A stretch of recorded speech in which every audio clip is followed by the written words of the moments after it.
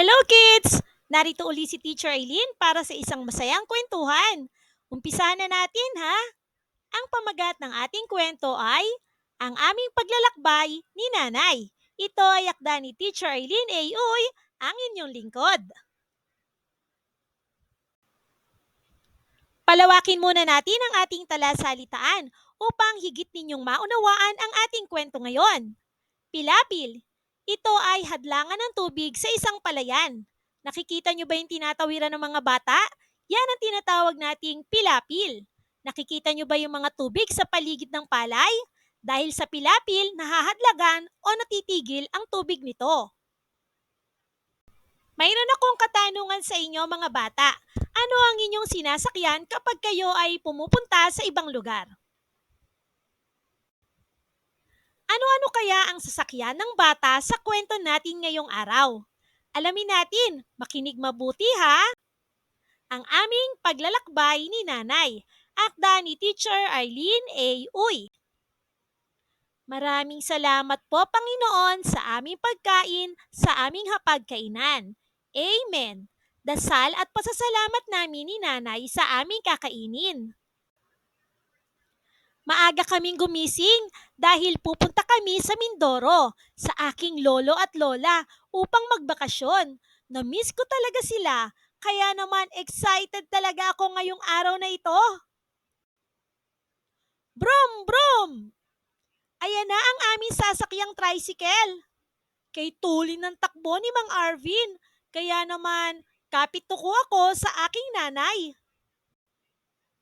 Pagbaba namin ng tricycle, naglakad kami papuntang terminal ng bus. Buti na lang, maaga kami ni nanay, kaya maganda ang aming napwestuhang upuan. Tuwang-tuwa ako sa mga tanawin na aking nakikita sa bintana ng bus. May mga matataas na bundok, palayan, at ayun, ang laki ng kalabaw kasama ng magsasaka habang nag-aararo ng palay. Choo-choo! Malakas na tunog ng tren. Wow! Ang haba naman ng tren na ito. Sumakay na kami ni nanay. Ang saya ko habang nakasakay sa tren. Nagugulat pa nga ako sa tuwing bumubusina ang tren. Maya-maya ay bumaba na kami sa tren.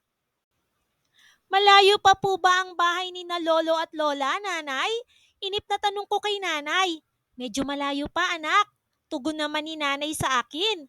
Beep beep! Busina ng jeep na huminto sa aming harapan. Kami ay sumakay na. Ilang sandali lamang ay pumara si nanay. Konti na lamang at mararating na natin ang bahay ni na lolo at lola mo anak. Wika ni nanay. Nilakad namin ni nanay ang pilapil ng palayan. Nahulog pa nga ako, kaya naman ako'y putikan. Akala ni nanay ay iiyak ako, pero hindi ako umiyak. Tuwan-tuwa pa nga ako. Hindi naman ako nasaktan. Yun nga lang, putikan ako. Sinalubong kami ni na lolo at lola habang natatawa sa maamos kong mukha. Oo apo, na paano ka? Natatawang tanong ni lola.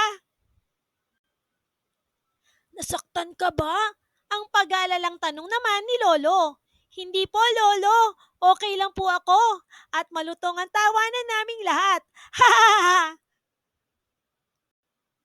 Naku, napakasarap dito magbakasyon sa probinsya ni na lolo at lola. Ngayon tapos na natin ang kwento. Mayroon naman akong mga katanungan sa inyo upang malaman ko kung talagang naunawaan nyo ang ating kwento ngayon. Saan ba papunta ang mag-ina sa ating kwento? Naaalala mo pa ba? Kung ang sagot mo ay sa probinsya ng kanyang lolo at lola, mahusay. Papunta sila sa kanyang lolo at lola upang magbakasyon. Paano ba sila nakarating sa kanyang lolo at lola? Una, sumakay sila sa tricycle. Naglakad ng kaunti, sumakay ng bus o ng bus, sumakay ng tren, sumakay ng jeep, at naglakad sa pilapil. At doon na nga narating nila ang probinsya ng kanyang lolo at lola. At tuwang-tuwa siya sa bakasyon niya sa mga ito. O mga bata, nawa ay nagustuhan niyo ang ating kwento ha? Samahan niyo pa akong muli sa mga susunod pa nating kwento. Muli, ako si Teacher Eileen na palagi nagsasabing, mag-aral mabuti dahil ito ang susi sa inyong tagumpay. Paalam! Keep safe everyone! Mwah!